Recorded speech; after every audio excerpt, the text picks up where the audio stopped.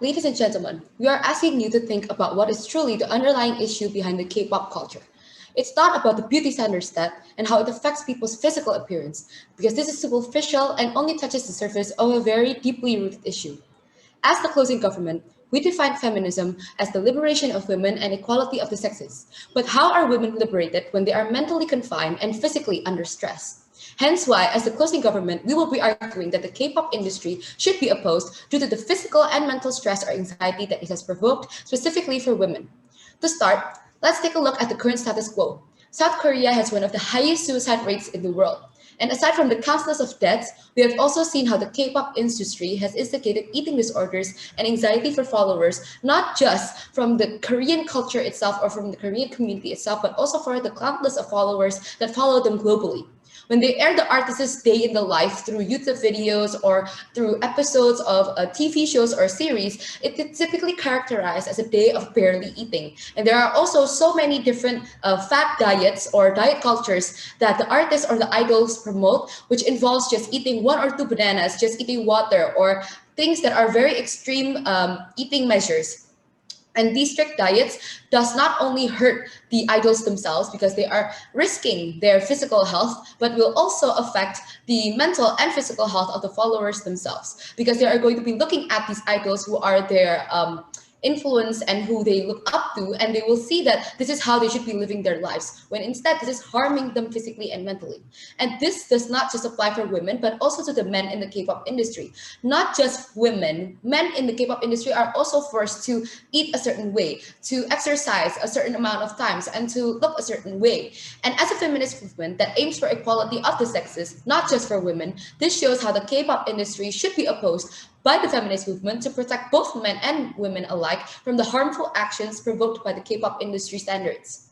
Furthermore, K-pop artists are typically characterized as people who are strong-willed and hardworking because they practice nonstop without taking proper breaks. When we look at the different documentaries and TV shows that these idols create and that these idols host, they barely have enough sleep because they are always practicing or they're always traveling, and they basically don't feel enough food inside their system because they are trying to keep up with the physical experience that is impossible.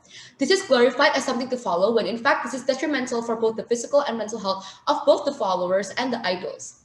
And the public perceptions that they feel when they have to keep up a certain appearance or they have to look a certain way or they have to act a certain way is also putting enough mental stress and anxiety for these K-pop artists to the point that most of them are under a lot of stress and most of them are under a lot of anxiety when they are going out in public. And this is not something that we want to promote to younger generations, it's also to the followers who are following these K-pop artists.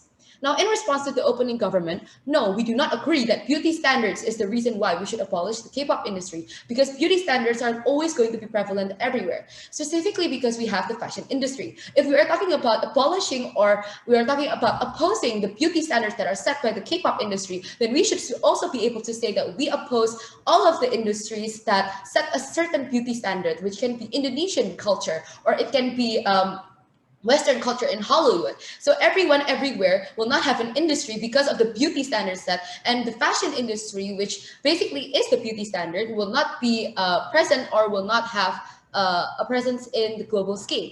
So further to diminish the arguments given by the opposing government, they have contradicted themselves when they stated that feminism in their definition is liberation for women. But then they say that special carriages or transportation should be made for women only. This derails from the idea of feminism being defined as equality of the sexes because we are giving privileges or special treatment for women when in fact feminism's main purpose is not just about protecting women or creating a safer environment for women, but it is to make sure that both men and women are treated equally and they are given the same amount of rights and the same amount of protection from the law. Moreover, in response to the opening opposition, we also don't agree that beauty standards allow for diversity as K-pop artists are typically similar in characteristics. They are usually skinny, they are usually light skinned, they have long black hair, and they don't really look different from one another.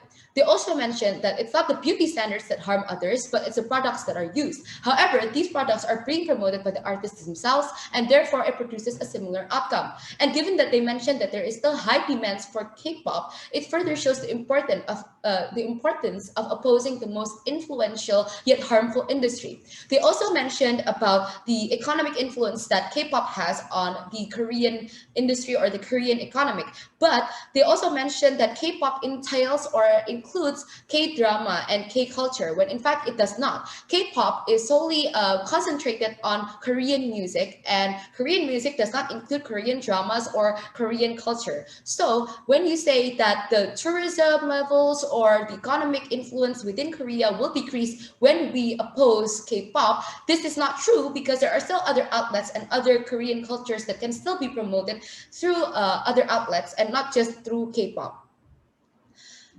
The opening opposition also mentioned that the opposing that K-pop industry being opposed would make the feminist movement look radical or extreme, when in fact it is already seen as radical because all of the things that don't fit the mold or don't fit the patriarchal standards are seen as radical. And so this just goes to show that feminism will always be seen as radical and extreme, and we need to take these measures because we need to protect these women and we need to protect men as well, because again, feminism comes back to that basic definition of equality of the sexes. If you're not able to protect these men from harm, which includes suicide or mental health or disorders, which ultimately may lead to death, then we are not protecting the people within the feminist movement.